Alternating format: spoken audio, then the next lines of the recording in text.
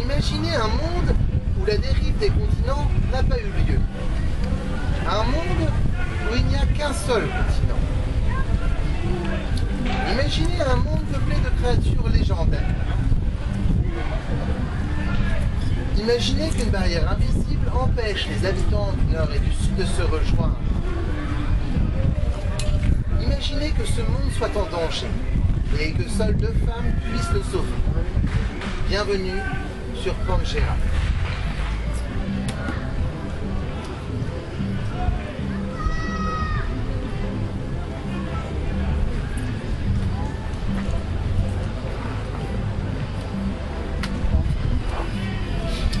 C'est incroyable, je ne pensais pas que vous ayez autant de pouvoir.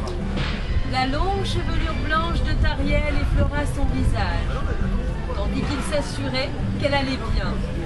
Il sentait bon le printemps. Sienna frissonna. L'elfe plongea son regard dans le sien. Ses yeux bleus pénétrèrent au plus profond de son âme.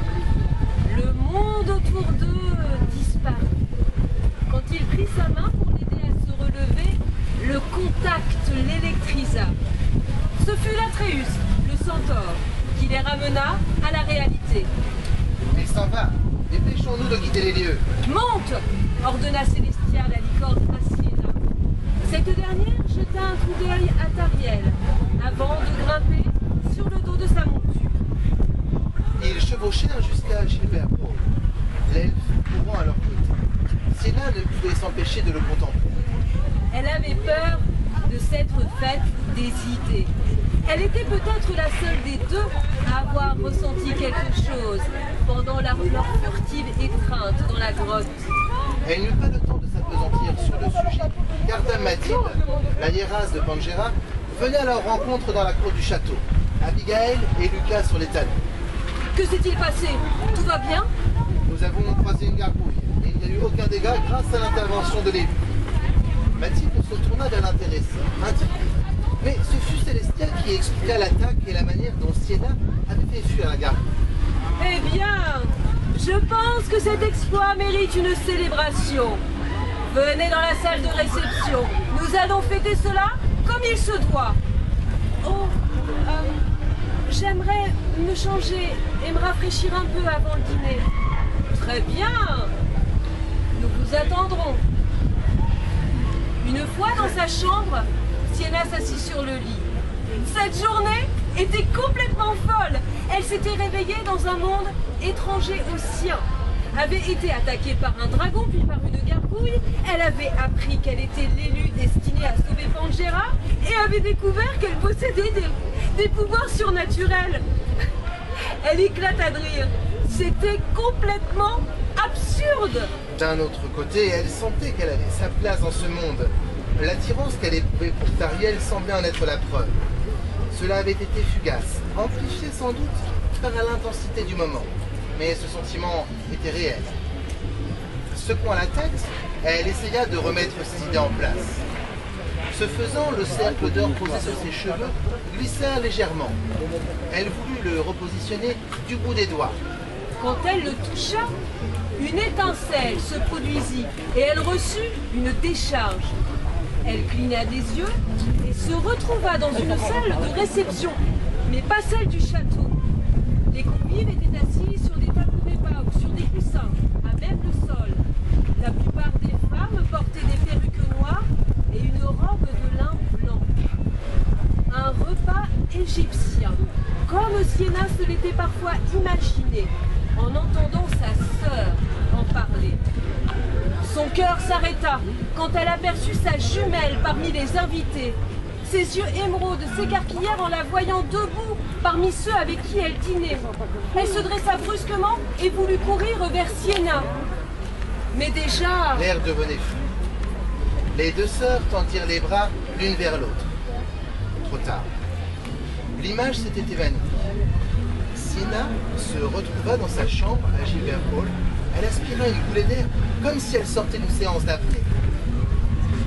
Elle se laissa tomber sur l'édredon de son lit à baldaquin, les larmes aux yeux. Elle contempla ses mains tremblantes. Elle avait vraiment cru qu'elle se trouvait dans la même pièce que sa sœur, qu'elle allait pouvoir la prendre dans ses bras. Elle avait quitté Anaïs depuis le matin seulement. Et le manque qu'elle ressentait était viscéral. La gémellité était un lien fort. Ce n'était pas Sienna qui la contredirait. Un coup à la porte interrompit ses réflexions. Elle fut tentée de ne pas répondre, mais une voix grave, derrière le panneau de bois, la fit changer d'avis. Sienna, c'est moi, Tariel. Nous vous attendons pour le dîner. Vous êtes prête? Une dizaine de minutes plus tard, Sienna sortit de sa chambre.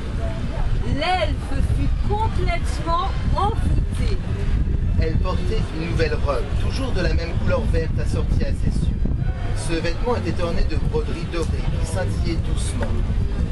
Elle avait relevé ses cheveux blonds roux en un élégant chignon bouclé qui dégageait sa nuque gracieuse.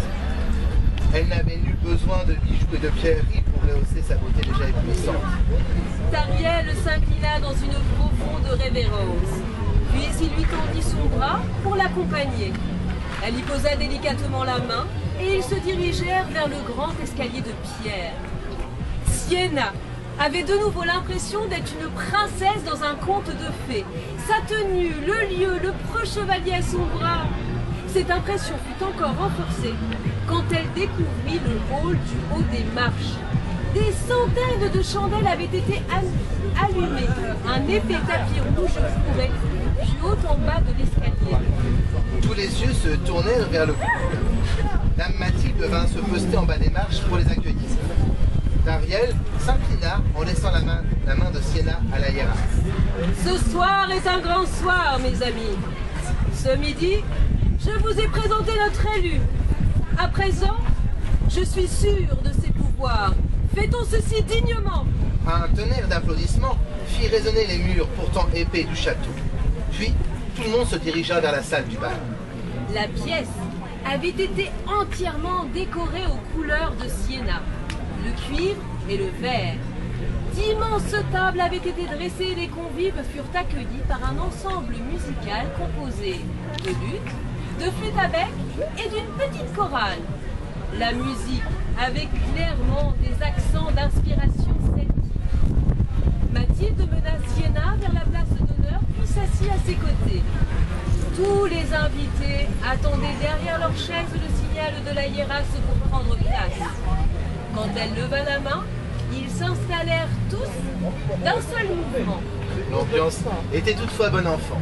À mesure que les serveurs amenaient plats et boissons, les rires fusaient. Tariel avait été placé de l'autre côté de Sienna. Ils n'échangèrent aucune parole pendant un long moment et mangeaient en silence.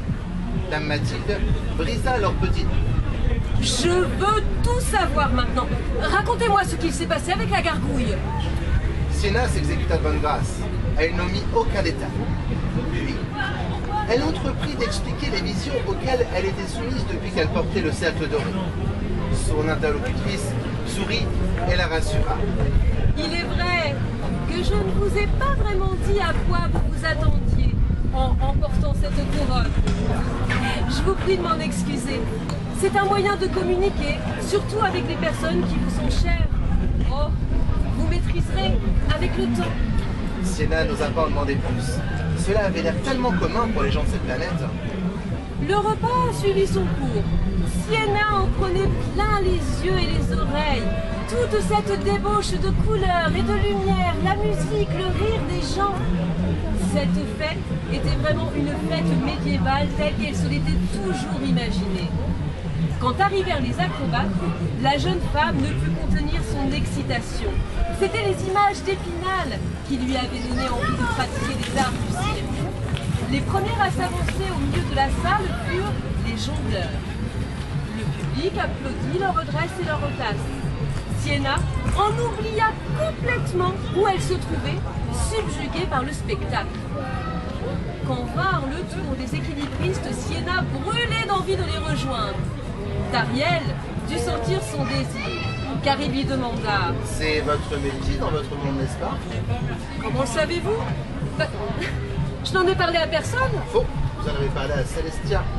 Elle ne sait pas tenir sa langue. Voyant qu'elle regardait les artistes avec envie, il lui dit « Et si vous alliez nous faire une démonstration de vos talents ?» Jamais je n'oserais. Mais Mathilde, qui avait suivi la conversation juste avant, se permit d'intervenir. Et si c'est moi qui vous le demande? Je ne suis pas habillée pour. Oh, j'ai ouï dire que cela ne vous avait pas gêné dans la forêt. Sienna maudit intérieurement la licorne de n'avoir pas su garder pour elle le déroulement de leur entraînement dans la forêt. Mais elle ne pouvait leur dire rigueur. Elle aimait se produire sur scène. C'était quelque chose de magique pour elle, d'enivrant. Si elle faisait la déficiente ici, c'était parce qu'elle n'avait pour une fois pas envie d'attirer l'attention sur elle. Cependant, elle devait avouer que se faire désirer était agréable aussi. Mathilde ne lui laissa pas le temps de réfléchir plus longtemps. La hiérasse se leva et annonça: Je viens de demander à notre élu de nous faire une démonstration de ses dons. Car vous ne le savez pas encore, mais dans son monde, elle est une acrobate reconnue. Sienna rougit. Prenant une profonde inspiration, elle se mit debout à son tour, puis monta sur sa chaise et sur la table. Elle sentait la chaleur de tous les yeux braqués sur elle. L'adrénaline envahissait elle. Elle leva les deux bras au ciel au-dessus de sa tête et ferma les paupières. Alors d'un geste gracieux et fluide, elle se lança dans les airs, dans un magnifique salto avant. Elle retomba sur le sol à quelques mètres des troubadours. Son cœur battait violemment dans sa poitrine. Elle savait que son saut avait été parfait, encore mieux que tout ce qu'elle avait pu faire sur Terre. Dans le plus profond des silences, elle se tourna vers ses spectateurs.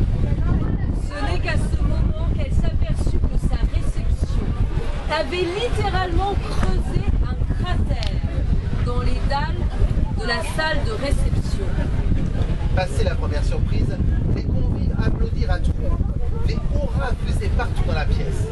Sienna décida de tenter autre chose. Elle avisa le lourd lustre en fer forgé qui pendait au-dessus de table. D'un nouveau bond, elle s'y accrocha. Elle s'assit sur le montant et se laissa pendre, retenue seulement par ses jambes. La foule retint son souffle quand elle se laissa tomber, faisant 3 tours sur elle-même en vrille. Cette fois, elle sentit l'onde de choc qu'elle provoqua en touchant le sol. Les invités l'acclamaient. Ils avaient enfin la preuve qu'elle était bien celle qu'ils attendaient depuis si longtemps. Elle s'inclina profondément, touchée par le respect que lui témoignait ce peuple. Avant qu'elle ait pu regagner sa place, Dame Mathilde prit la parole. Chers amis, demain nous partirons, l'élu et moi-même, rejoindre notre capitale. Nous rencontrerons là-bas le conseil des hiérastes. J'espère que nous reviendrons avec des instructions précises sur la manière dont nous allons mener le combat. Une nouvelle clameur monta des parties